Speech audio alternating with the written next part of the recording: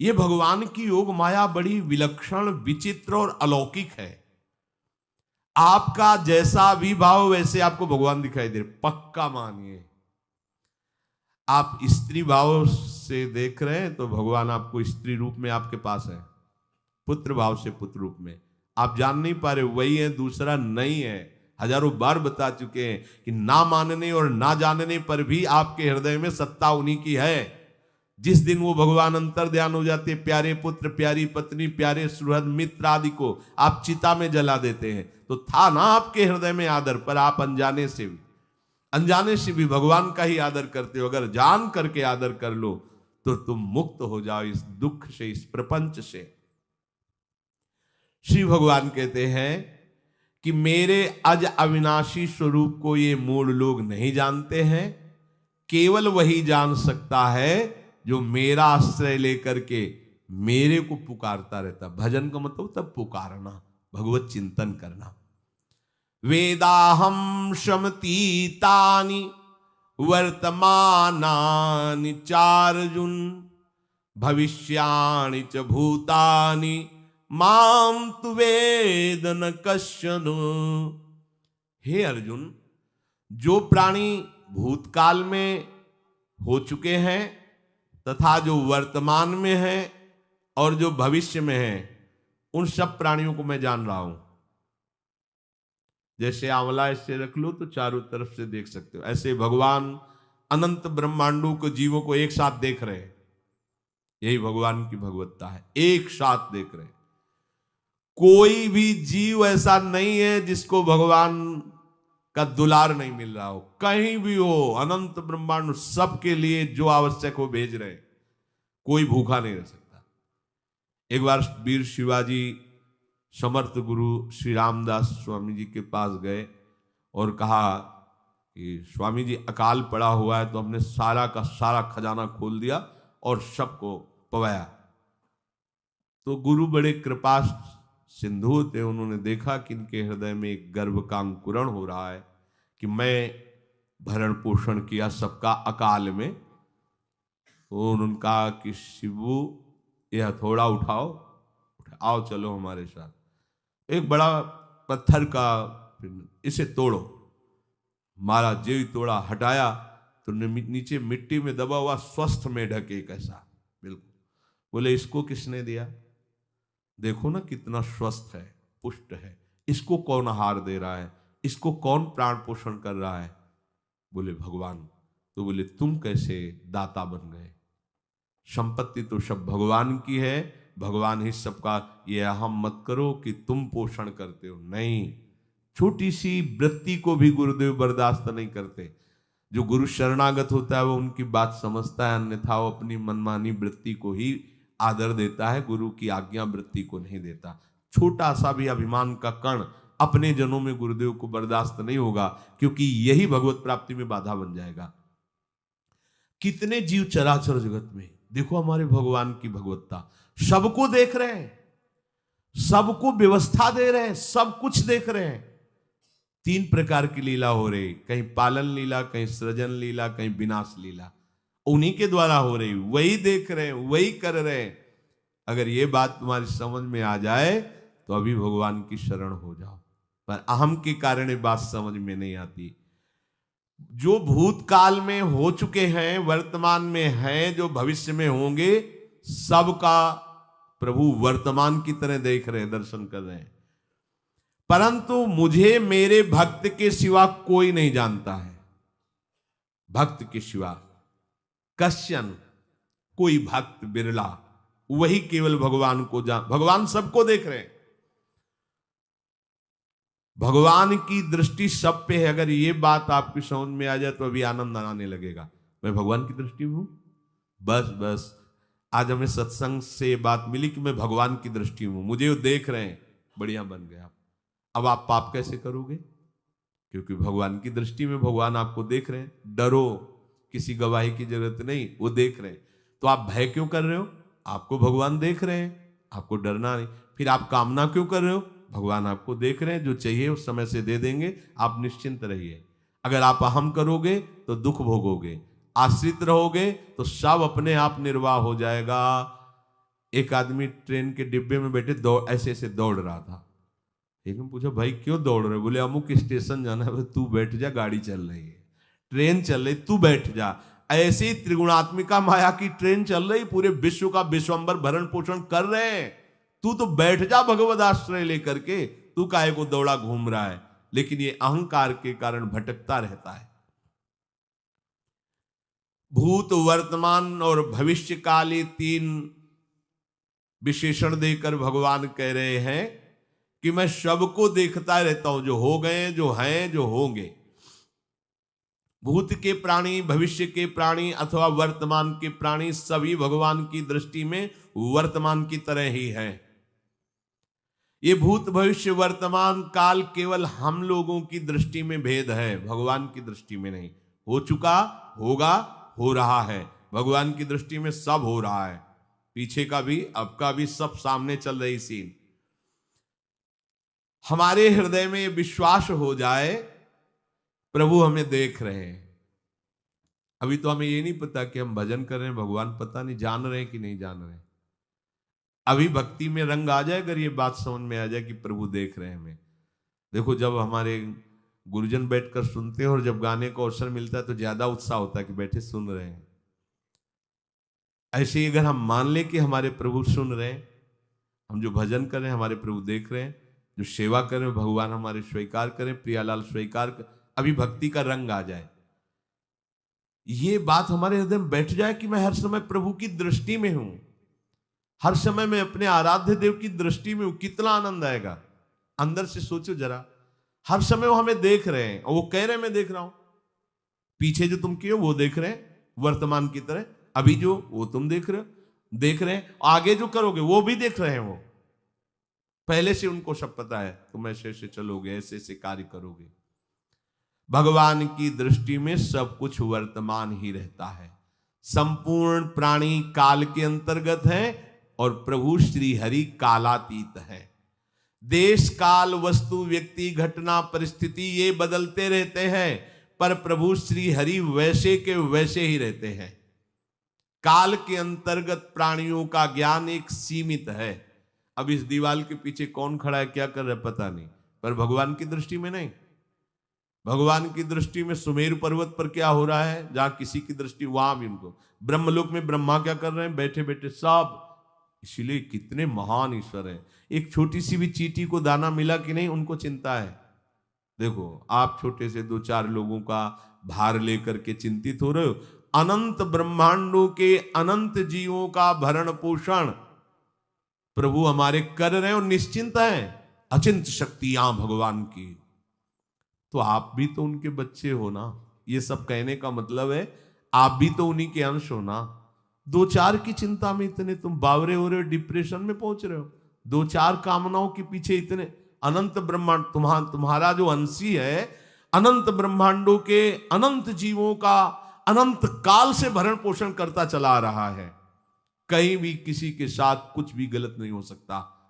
जैसे कहते हैं कि क्या गलत हुआ, देखो ना अभी तो बच्चा था, ऐसा ऐसा हो गया, तो तुम्हारी दृष्टि में बच्चा है, पीछे तो बहुत पुराना है ना, जो कर्म करके आया उसका फल। कहीं भी गलत किसी के साथ नहीं होता, ध्यान रखना। जहां कुछ होता है, अभी हमने देखा मानो कि ये तो बहुत गंदा है, तो सीधे जा रहा था, ये आदमियों ने मिलकर इसे पीटा, अभी सीधा चल रहा, पीछा टेढ़ा चल के आया है, और जिनको पीटा है वही आके इसे पीट रहे हैं। अब हम वर्तमान को तो देख रहे हैं ना, पीछे की बात तो देख नहीं रहे ना, और भगवान पीछे की देख रहे हैं कि इसने पीछे बहुत ऐसा गलत किया, उसका हिसाब इसको मिल रहा है, इसलिए चुपचाप देखते रहते हैं। ध्यान रखना, इतना भी गलत नहीं हो सकता इस सृष्टि में। वो कैसे गलत नहीं हो रहा, अभी तो नवयुवक था, उसने कुछ ऐसा किया ही नहीं, अभी तो नई अवस्था थी, अभी तुम्हें दिखाई दे रहा है 15 वर्ष का है, लेकिन भगवान देख रहे हैं मेरा पुरातन अंश है, किस जन्म से क्या क्या करते चला आ रहा है। ये ज्ञान हो जाएगा तो किसी भी बात में आपको दुख नहीं पहुंचेगा, विक्षेप नहीं पहुंचेगा। नहीं, बड़े बड़े विक्षिप्त हो जाते। एक गौतमी नाम की महान तपस्विनी थी, महाभारत में कथा आती है, उसका एक ही पुत्र था और उसको सांप ने काट लिया। तो वहां की कुल भील उठा के लाए और कहा, देवी मां ये देखो सांप ने तुम्हारे बेटे को काट लिया। तो उनका इतनी सामर्थ्य सांप की कैसे हो गई कि मेरे बेटे को काट लिया और मेरे से भय नहीं माना। आकर्षण वृत्ति जीव ही की, सांप सामने आ गया, तूने क्यों काटा, मैं तुम्हें भस्म कर दूंगी। तो आपने कहा पहले हमारी प्रार्थना सुन लो। मेरे सर पर मृत्यु ने आकर के अपना शासन जमा लिया और कटवा दिया, मेरा कोई दोष नहीं। मृत्यु का आकर्षण किया, महान तपस्विनी भगवान व्यास देव जी ने ये लीला कथा गाई है। मृत्यु का आकर्षण किया, साक्षात मृत्यु सामने आ गई, थर थर कांपने लगी। गौतमी जी ने कहा मैं अपने तपस्या के बल से तुम्हें भस्म कर दूंगी। हमारे ऐसे निष्पाप बालक को तुमने सांप के द्वारा प्रेरित करके कटवाया। बोले मेरे ऊपर काल का शासन है, काल ने मुझे प्रेरित किया, मैंने सांप को प्रेरित किया, मेरा कोई दोष नहीं, ये काल का शासन। काल का आवाहन किया, काल उपस्थित हुआ। काल ने कहा कि मेरा इसमें कोई दोष नहीं, इस बालक के पूर्व जन्म के कर्म के द्वारा मैं प्रेरित हूं। इस बालक के कर्म से प्रेरित होकर मैंने मृत्यु को प्रेरणा की, मृत्यु ने सांप को प्रेरणा की और इसने डस लिया। अब आप बताओ किसका दोष है? शांत हो गई, क्योंकि इस बालक के ही तो कौन काहू के सुख दुख कर दाता, निजकृत कर्म भोग सुन भ्राता। कोई किसी के सुख दुख का हेतु नहीं है, अपने कर्म ही है जो हमको दुख सुख देते हैं। और ये भगवान देख रहे हैं। कोई, जैसे आपको अभी मनुष्य शरीर मिला, स्वतंत्रता है, अब आप जो पापाचरण चाहो छूट है कर सकते हो, या जो पुण्य कर्म चाहो कर सकते, या भजन करना चाहो कर सकते हो। ये स्वतंत्रता केवल मनुष्य शरीर को दी गई है। आपको जो पूर्व भोग मिल रहे हैं वो आपके पीछे के कर्मों के हैं। तो जो ज्ञानी जन होते हैं, विवेकी जन होते हैं, आए हुए प्रारब्ध को भोग लेते हैं, नया कोई पाप नहीं करते, निरंतर भजन करते रहते, भगवान की कृपा से मुक्त हो जाते। अगर भगवान की शरण में नहीं होगे, भजन नहीं करोगे, तो आपके ऊपर बहुत से ऋण है, दुर्गति हो जाएगी। ऐसा नहीं है। आप यहां भी तो देखो ना, आपके मकान, आपका व्यापार, सब कुछ आपका कहा जाता है, लेकिन सब कुछ सरकार का है। हर चीज का टैक्स देना पड़ेगा तुम्हें, पानी का भी टैक्स देना पड़ेगा, मकान का भी टैक्स देना पड़ेगा, और तुम भी जो करोगे वो पैसा दो सरकार को। टैक्स तुम ऐसे फ्री थोड़ी जा नहीं होता, देना पड़ता है ना। आप मान लो नौकरी कर रहे हो कि हमारी नौकरी करे, तो उसमें सरकारी टैक्स कटेगा आपका, क्योंकि आप सरकारी आदमी हो, भारत देश के वासी हो। ऐसे ही ये टैक्स लगे हुए हैं सरकारी भी, मातृ ऋण, पितृ ऋण, ऋषि ऋण, ये टैक्स है।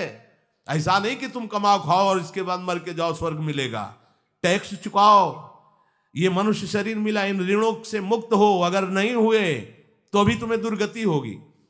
आप देखो, जब कभी ऐसी सूचना मिलती कि अमुक आदमी का अमुक धन पकड़ा गया, तो इनाम दिया जाता है क्या कि इतना कमा लिया?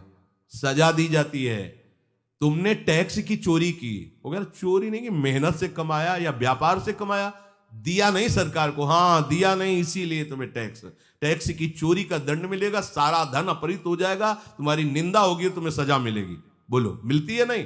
ऐसे ही ये लड़का, बच्चा, पत्नी, पुत्र, परिवार जो भी है, ये सब श्री भगवान का तुम्हें टैक्स देना है। क्या टैक्स देना है? भगवान की शरण होकर उनका सुमिरन करो, सारे ऋणों से वो मुक्त कर देंगे। एकादश स्कंद में कहा है, मेरा भजन करने वाले का कोई ऋण नहीं रह जाता। और नहीं तो महाभारत में ही प्रसंग आता है, एक जरत्कारु नाम के ब्रह्म ऋषि थे। ऋषि और भक्त में बड़ा अंतर होता है। वो तपस्या प्रधान, जैसे दुर्वासा ऋषि तपस्या प्रधान थे, वो बाल ब्रह्मचारी और तपस्या से युक्त एक दिन भ्रमण कर रहे थे, तो आवाज आई, मेरी रक्षा करो, मेरी रक्षा करो। तो उस आवाज की तरफ बढ़े तो देखा कुएं में उल्टा लटके हुए हैं बहुत से ऋषि, और एक केवल तंतु है, एक केवल तंतु है जिसमें दो चूहे लगे हुए उसको भी काट रहे हैं, एक काला और एक श्वेत। तो उन्होंने देखा और दयालु हो गए कि ऋषियों, मैं तुम्हारी कैसे रक्षा कर सकता हूं? तो उन्होंने कहा कि ये जो दो चूहे हैं रात और दिन हैं, और जो हम लोग हैं ये तुम्हारे पितर हैं। ये चूहे तुम्हारी आयु को काट रहे हैं, एक तंतु हमारे कुल में केवल तुम ही हो, और तुमने तपस्या की ठान ली, ब्याह किया नहीं, गृहस्थ धर्म में गए नहीं, पुत्र हुआ नहीं, तो तपस्या में, भक्ति में एक दम है कि सब ऋणों से मुक्त कर देगी। ये बात ध्यान रखना, तपस्वी अलग है, भक्त अलग। इसलिए पीछे चर्चा आई थी कि तपस्वियों से भी अधिक, ज्ञानियों से भी अधिक, कर्मकांडियों से भी अधिक वो मेरा भक्त योगी होता है। तुमने तो ब्याह किया नहीं, तो अब ये तंतु रात दिन तुम्हारे जीवन को काट रहे, जहां तुम खत्म हुए हम सब नरक में गिर जाएंगे। पितरों ने कहा तुम पितर ऋण से युक्त हो, मुक्त तभी होगे जब ऐसा करो। वो दृश्य खत्म, अंतर ध्यान हो गया। वो बड़े दुखी हुए कि क्या करें। तो उन्होंने मन में निश्चय किया कि अब ब्याह तो करूंगा पितरों के उद्धार के लिए। इतने बड़े तपस्वी हैं जरत्कारु जी, बड़ी महिमा है, लेकिन बात यहां फंस गई। पितृ, उन्होंने मन में निश्चय किया कि कोई आके अपनी कन्या दे दे और उसका भी नाम जरत्कारु हो। मैं बिल्कुल भरण पोषण नहीं करूंगा और कभी हमसे कोई प्रश्न ना करे। ऐसी अगर कोई कन्या देगा तो मैं स्वीकार कर लूंगा। अब ऐसे ना नगर जाना है ना किसी से बात करनी, तो वृक्षों से कहते अपने पितरों के उद्धार के लिए मैं चाहता हूं कि कोई पाणी ग्रहण संस्कार करा दे, कोई हमारे नाम की कन्या को दे दे, और ऐसा ऐसा व्रत है। ऐसा ही बोल रहे थे, वासुकी नाग उपस्थित हो गए और उनकी बहन का भी नाम जरत्कारु था। उन्होंने कहा सुनिए महाराज, मैं नागराज वासुकी हूं, सब देव रूप में, कोई ऐसे नहीं सांप वैसे बने, देव रूप, और सुंदर कन्या जरत्कारु। बोले ये कन्या मैं आपको समर्पित करता हूं, हमारा सौभाग्य होगा आप जैसा महर्षि हमारी बहन का पति बने। इसका भी नाम जरत्कारु है, और आपकी जो इच्छा है कि मैं भरण पोषण नहीं करूंगा तो मेरे पास संपूर्ण वैभव है, आप भी पधारिए, मैं आपका भी भरण पोषण करूंगा, अपनी बहन का भी। तीसरी बात, मेरी बहन इतनी शास्त्र सम्मत आराधना से युक्त है कि वो कभी आपसे प्रश्न ही नहीं करेगी, तो उनका स्वीकार है। प्रसन्न हुए, चले गए। काफी समय तक उनके महल में रहे। एक दिन जरत्कारु अपनी जरत्कारु पत्नी की गोद में सर रख कर ऐसे लेटे हुए थे, सो गए। और शास्त्रज्ञ थी, संध्या का काल था। संध्या काल में निषेध है मैथुन करना, भोजन करना और स्वाध्याय करना, ये सब संध्या काल में बस भगवत स्मरण परायण लोकवत। लेकिन हमारे यहाँ महारानी जी की संध्या आरती और संध्या भोग लगने के बाद ये, इसीलिए वृंदावन धाम इसका कहीं भी ये वेदान्नपि संन्यस्त, वेदों से भी ऊपर उठी हुई रसमयी रसोपासना है, प्रियालाल की महल है। ये जगत सिद्धांत नहीं है, ये जगदीश का भी सिद्धांत नहीं है, ये प्रेम सिद्धांत है। वृंदावन नित्य विहार रस है, इसलिए इसको बीच में बता देते हैं कहेंगे दूसरे को तो, और यहाँ शाम के तो भोग ही लगता है, गान बजान होता है, बकाया सिद्धांत है। आंख मूंद करके या तो गायत्री जप या जो गुरु मंत्र चुपचाप शांत भाव से जपे, ऐसा। अब वो इस चिंता में थे कि मेरे पति का धर्म जा रहा है, और मैंने आज तक कुछ बोला नहीं अपने पति से, अगर बोलती हूं तो हो सकता है ये नाराज हो जाए और छोड़कर चले जाए। अगर मुझे छोड़ देते हैं और इनका धर्म बचता है तो ये ठीक बात रहेगी। कितनी विवेकवान है। अगर ये सोते रह गए और सूर्य अस्ताचल को चले गए तो इनका धर्म लोप हो जाएगा, ये मैं होने नहीं दूंगी, अपने पति का धर्म लोप नहीं होने दूंगी। और वो उस समय भी केवल एक लंगोटी लगा के रहते थे, अस्थिमात्र हो रहे शरीर, वहां भी ऐसा नहीं कि दूल्हा बन करके सज, नहीं, वैसे ही केवल पितरों की तृप्ति के लिए उन्होंने बात स्वीकार की थी। उन्होंने कहा महाराज उठिए, संध्या का समय है, शास्त्र निषेध करता है इस समय सोना नहीं चाहिए, नहीं आपके धर्म का लोप हो जाएगा। महाराज उठिए, सूर्य अस्ताचल को बस पहुंचने ही वाले हैं, उठिए। उठे एकदम लाल आंख करते हुए, तुमने हमें टोका कैसे, तुमने हमसे प्रश्न कैसे कर दिया, मैं अभी तुम्हारा त्याग करता हूं। बोले स्वीकार है, आपके धर्म का लोप ना हो। कहीं सूर्य अस्ताचल को चले गए, आपने अर्घ नहीं दिया तो जीवन भर की आपकी उपासना में कलंक लग जाएगा कि आपने संध्या काल में शयन करते हुए सूर्य आराधना नहीं की, आपके धर्म का लोप हो जाए। बड़ा सूक्ष्म धर्म का विषय। तो उनका सूर्य की ताकत कैसे कि मैं सोता रहूं और वो अस्ताचल को चले जाए, ऐसे महात्मा थे। कहा सूर्य की ताकत कैसे, भगवान व्यास देव जी ने लिखा है, किसी कहानी की बात नहीं। सूर्य की सामर्थ्य कैसे है कि मैं अर्घ ना दूं और वो अस्ताचल को चले जाएं, सूर्य तब तक रुके रहते जब तक मैं सोता रहता, पर तुमने टोक दिया, अब मैं चला। जब चली तो उन्होंने कहा हमारे गृहस्थ धर्म का जो फल होता है आपके पाणी ग्रहण स्वीकार का जो फल होता है उसको बिना दिए आप कैसे चले जा रहे हैं? तो उनका आस्ति वो है, चले गए। उसी से आस्तिक मुनि का प्रादुर्भाव हुआ और उन्होंने आगे बड़ा चरित्र है उनका, आस्ति, तो उसी से नाम रखा आस्तिक। आस्तिक उन्होंने जन्मेजय की यज्ञ को बंद किया। आप सोचो, एक पितर की तृप्ति के लिए उनको ये सब करना पड़ा। और श्री हरिशरणम और निरंतर भजन, तो मातृण, पितृण, देवऋण, ऋषि ऋण, सब ऋणों से उपासक मुक्त होकर के परम धाम को जाता है, एकमात्र भगवदास है। पर ये मूढ़ जन इस बात को नहीं जान पाते हैं। बिना कारण कृपा करने वाले प्रभु जीव को मनुष्य शरीर देते हैं। ये मनुष्य शरीर अंतिम शरीर है, अगर इसमें नहीं बना तो फिर चले जाओगे 84 लाख योनियों के चक्र में। इसी शरीर में अनंत जन्मों के संचित कर्म समुदाय का नाश करके भगवत प्राप्ति होती है या मोक्ष पद मिलता है। कौन सा प्राणी किस गति को जाएगा भगवान देखते हैं पर संकल्प नहीं करते, ध्यान रखना, क्योंकि आगे की भी देख रहे हैं, वो देख रहे हैं जो तुम कर रहे हो वैसे गति बनती चली जाएगी। भगवान संकल्प नहीं करते। भगवान तो एक बार संकल्प कर दिया, एको हम बहुश्यामा, उसी में बहुत रूपों में प्रकट हो गए। अब तुम्हें संकल्प करना है कि इस जन्म में मुझे भगवत प्राप्ति करनी है।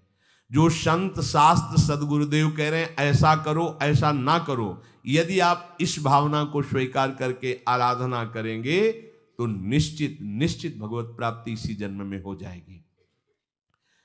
प्रभु केवल तुम्हें निमित्त बनाना चाहते हैं, कल्याण तो वही करेंगे। जैसे अर्जुन से कह रहे हैं भीष्म आदि द्रोण आदि मेरे द्वारा मारे जा चुके हैं, तुम केवल निमित्त मात्र भव सव्यसाची। ऐसे ही अय उपासक तू केवल निमित्त बन जा, जो शास्त्र सदगुरुदेव आज्ञा करते हैं वैसे ही तू चल दे अपने मन को मार के, केवल तू निमित्त बन जा। कल्याण या भगवत प्राप्ति या मोक्ष वो तो भगवत कृपा से होगी। पूरी उद्धार की सामग्री तेरे अंदर जागृत कर देंगे प्रभु, केवल तू निमित्त बन जा, मेरी कृपा तेरी सारी बात बना देगी। विश्वास करो, इस बात पर विश्वास करो। भगवान कह रहे हैं तुम निमित्त बन जाओ, जो आदेश कर रहे हैं वैसा पालन करो, काम तो सब मेरी कृपा कर देगी। जो ऐसे मनुष्य शरीर ऐसी कृपा प्राप्त होने पर भी भगवत प्राप्ति नहीं कर पाता, तो मयानुकूलेन नभस्वतेरितम पुमान भवाब्धिम न तरेत सा आत्मा। ऐसी मेरी कृपा का सहारा मिलने पर यदि वो भगवत प्राप्ति नहीं कर पाता तो बोले आत्महा है, वो आत्महत्यारा है, वो दुर्गति को प्राप्त होता है। मनुष्य के लिए खास बात है कि प्रभु ने कृपा करके तुम्हें जो सामर्थ्य दी है, जो समझ दी है, जो सामग्री दी है, उसका दुरुपयोग मत करो। केवल भगवत प्राप्ति के लिए चलो, केवल भगवत प्राप्ति के लिए। ये सबकी समझ में नहीं आएगा, बिल्कुल बात समझ ले। केवल भगवत प्राप्ति के, ये जो कहते हैं कि और हमारे धर्म कर, ये सब फसाव है। आप गृहस्थ बने रहो, आप व्यापारी बने रहो, पर आप लक्ष्य रखो कि मुझे इस जन्म में भगवत प्राप्ति करनी है। आपका लक्ष्य दृढ़ होगा तो नाम जप चलता रहेगा, संसार का कोई विकार आपको परास्त नहीं करेगा। अगर आपने ऐसा अटल निश्चय कर लिया तो तुम्हें जो भगवत सामर्थ्य मिली उसका तुम दुरुपयोग नहीं करोगे। देख लो, अपने लोग बहुत बड़ी गलती करते हैं, जो आध्यात्मिक ऊर्जा शक्ति उसको विषयों में दुरुपयोग करके नष्ट कर रहे हैं। कहते हैं अब हमारा मन नहीं लगता, अब हमारा बड़ा शांति है, घबराहट है। क्यों शांति है, क्यों घबराहट है? जब तक तुम धर्म विरुद्ध नहीं करोगे तो अशांति नहीं हो सकती, भय नहीं लग सकता, विषाद नहीं हो सकता, क्लेश नहीं हो सकता। लिख लो ये बात। किसी को भी कभी भी भय महसूस हो रहा है, अशांति महसूस हो रही, घबराहट महसूस हो रही, आप भगवत प्रदत्त शक्ति का दुरुपयोग कर रहे हैं, समय का दुरुपयोग कर रहे हैं, सामग्री का दुरुपयोग कर रहे हैं, अर्थात कोई न कोई अधर्म आचरण कर रहे हैं। अब भी आपको उपाय बता देते हैं। यदि तुम्हारा मन जलन पैदा कर रहा है तो भगवान से हाथ जोड़कर कहो कि हे नाथ, मेरे से अब तक जो गलतियां हुई हैं उन्हें क्षमा कर दो। आगे मैं गलती नहीं करूंगा, आपके बल से, आपके बल से। ये भी ध्यान रखो, आपके बल से, अपने बल से नहीं, आपके बल से। हे नाथ ऐसा मुझे बल दो जिससे कभी मैं आपके और गुरुदेव के विपरीत न चलूं। अगर कोई हमसे गलती हो जाए तो मुझे तत्काल दंड दे देना, क्षमा मत करना। आगे ये बहुत बढ़िया बात है। अगर हमको क्षमा कर दिया जाएगा तो हमारे मन को उत्साह बढ़ जाएगा फिर गलती करने का। अगर दंड दे दिया जाए तो मन डर जाएगा। इसीलिए प्रार्थना में ये भी कहना चाहिए, पर हिम्मत नहीं पड़ेगी क्योंकि मन को बहुत दुलार करते हैं ना, कि प्रभु मेरे से जो गलती हुई उसे मुझे दंड दे दो, मैं क्षमा नहीं चाहता। क्योंकि हम देखते हैं जब हम क्षमा कर देते हैं तो उसका उत्साह बढ़ जाता है मन का और गलत करने का। प्रभु इसे क्षमा मत करो, इसे दंड दो। एक बार इसकी भरपूर बेइज्जती होनी चाहिए। जब इसको सब देखेंगे हाँ ये, तो अपने आप ही मन सही रास्ते में आ जाएगा। प्रभु आप क्षमा कर देते और बात गुप्त रहती है तो इसको बढ़ावा और मिल जाता है और पापाचरण कर, क्योंकि ये दुष्ट है ना। अगर साधु हो तो बचत हो जाए कि देखो प्रभु ने इस गलती को छुपा दिया और कोई जाना भी नहीं और क्षमा भी कर दिया, अब मैं आगे से बिल्कुल नहीं करूंगा। ये दुष्ट है ना, ये ऐसा नहीं करता। क्षमा हो गई तो उसको लगता है आगे भी क्षमा हो जाएगी, चुपचाप चलो मनोरंजन करते हैं। नहीं प्रभु मुझे दंड दीजिए, जैसे कुंती जी कहती है मुझे विपत्ति दीजिए। ऐसे उत्तम भक्त वही है। हे नाथ आज तक जो गलतियां हुई क्षमा कीजिए, आगे गलतियां नहीं होंगी, ये मैं आपके बल से कह रहा हूं। प्रभु यदि मेरे से चूक हो जाए तो आप क्षमा मत करना, मुझे दंड देना जिससे मेरा सुधार हो जाए, मैं आपके अनुकूल चलने लगूं। मनुष्य की असमर्थ दो तरह से होती है। एक असमर्थ कि वो कर ही नहीं सकता। जैसे किसी से कहा जाए कि तुम ये मकान उठा करके वहां रख दो, तो कर ही नहीं सकता। ऐसी सामर्थ्य जो आप में करने के लिए भगवान कभी आदेश ही नहीं देंगे, ध्यान रखना। एक बात ध्यान दीजिए, कोई भी ऐसी भगवद आज्ञा या गुरु आज्ञा नहीं होती जो आप नहीं कर सकते। आप जो कर सकते हैं वही आज्ञा होती है।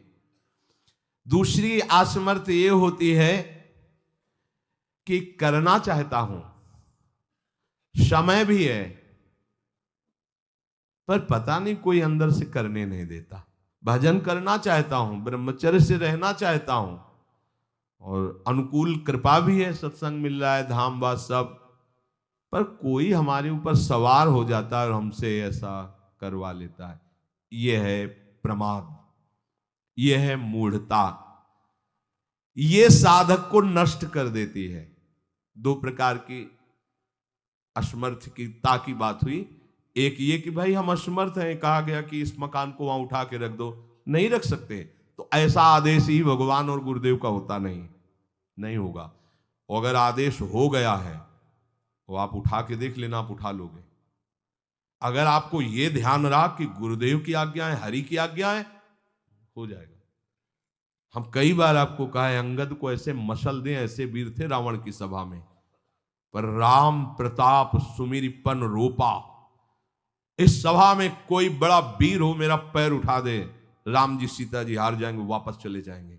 ये बात थर्रा देने वाली बात है। घबरा, आराध्य देव और माता जानकी दोनों को दांव में लगा दिया, उठा दे कोई पैर। पर उनको भरोसा था कि मैं राम के बल पे कह रहा हूं। राम बल आकर के विराजमान हो गया, कोई नहीं उठा पाया। आखिरी में रावण झुका, मेरे झुकने से, मेरे सामने झुकने से तेरी बात नहीं, तो जो बार बार जिनको मनुष्य कह रहा है उनके चरणों में जा। मैं उनका एक तुच्छ दास हूं, यदि आदेश हो जाए तो घूंसा से सबको मार करके तेरी पत्नियों को बंदी बनाकर और तुझे अभी राम जी के सामने डाल दूं। ये अंगद नहीं बोल रहे थे, ये राम प्रताप बोल रहा था। ऐसे ही यदि आपको आदेश कोई शास्त्र का या गुरु का है तो आप अक्षरशः समझ लीजिए उसमें उनका बल भी है, पर हम लोग उस बल का तिरस्कार कर देते हैं। थोड़ी सी मन की डालकर उसको हल्का किया तो वो बल वापस हो गया।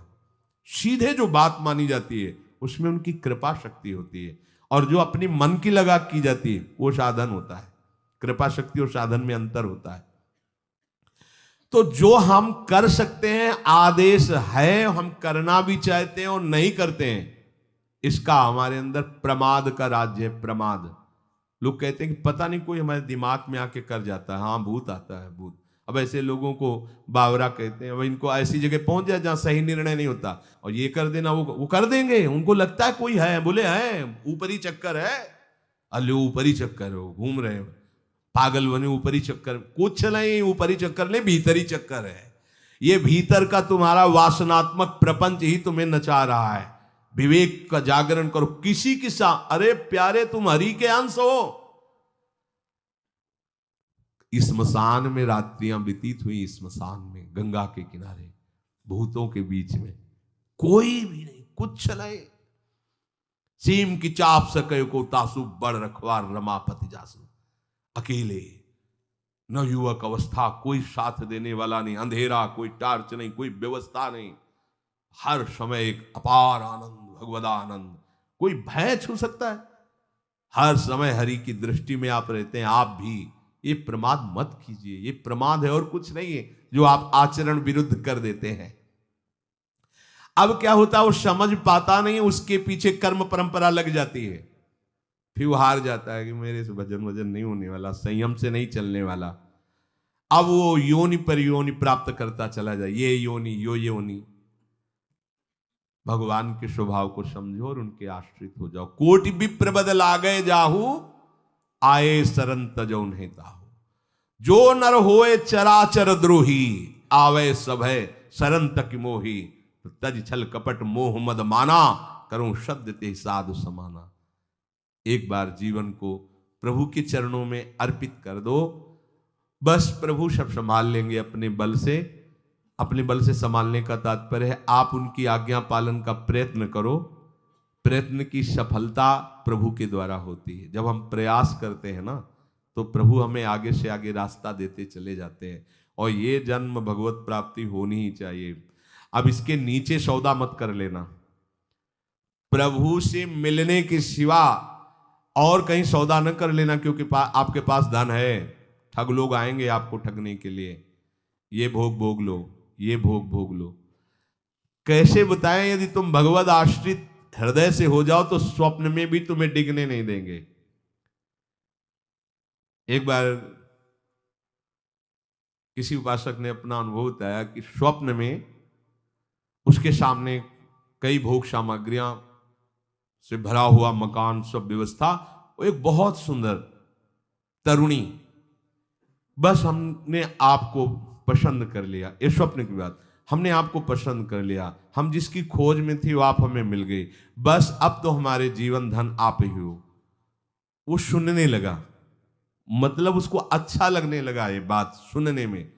इतने में ही एक देवी प्रकट हुई, इतना सुंदर रूप कि करुणा बरस रही थी उस रूप से, और स्पष्ट कहती ये छल है, ये कपट है, झुकना मत, देखना मत, इसकी सुनना मत। यदि सुन लिया और इसके प्रलोभन में झुक गए और इसको देख लिया तो तुम चले जाओगे, तुम्हारा आंख खुल गई।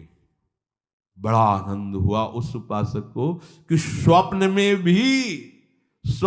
भी आश्रयदाता उसको डिगने नहीं देते। स्वप्न में भी, ये बात समझ लो, स्वप्न में भी भय आने नहीं, स्वप्न ही था। हो सकता था स्वीकृति उस उपासक के हृदय की हो जाती, लेकिन जगने पर हाहाकार मच जाता कि कैसे स्वीकृति हो गई। पर देखो, जिसका आश्रय लिए वो उससे सुंदर रूप लेकर खड़ा हो गया और समझा रहा है छल है, कपट है, झुकना मत, देखना मत। आप तो केवल आश्रित होके तो देखिए, जागते हुए, सोते हुए, स्वप्न में, ये तुम्हारी अवस्थाएं, प्रभु की नहीं है। वो तुम उन्हीं की गोद में जग रहे हो, उन्हीं की गोद में सो रहे हो, उन्हीं की गोद में शयन कर रहे हो। एकमात्र प्रभु का आश्रय लेकर निरंतर भजन करते हुए इस जन्म में केवल भगवत प्राप्ति, अन्य सौदे में हमें फंसना नहीं है। बहुत से प्रलोभन आएंगे कि ये फ्री ले लो, फ्री भोग लो, कोई नहीं जानेगा। आपको सौदा नहीं करना अपने हरि आश्रित बल का, आपको उससे केवल हरि की प्राप्ति करनी। प्रलोभन आएगा, ध्यान रखना, भय आएगा, हे भगवान आज तक जो भजन किया है इस भय को हटा दीजिए, क्योंकि इज्जत चली जाएगी, सब लोग थू थू करेंगे, मेरे से बहुत गलती हो गई, हटा दीजिए। हरि मुझे दंड दो, पूरी सभा में मेरा तिरस्कार करवाओ, ये मन लाख समझाया नहीं समझा, अब जब बेइज्जती होगी ना इसकी तब समझेगा। कुछ नहीं होगा और कृपा हो जाएगी, आगे बढ़ जाओगे। बिल्कुल अपने भजन को खर्चा मत करना, ना भय में और ना किसी सुख प्रलोभन में, तो इसी जन्म में भगवत प्राप्ति हो जाएगी।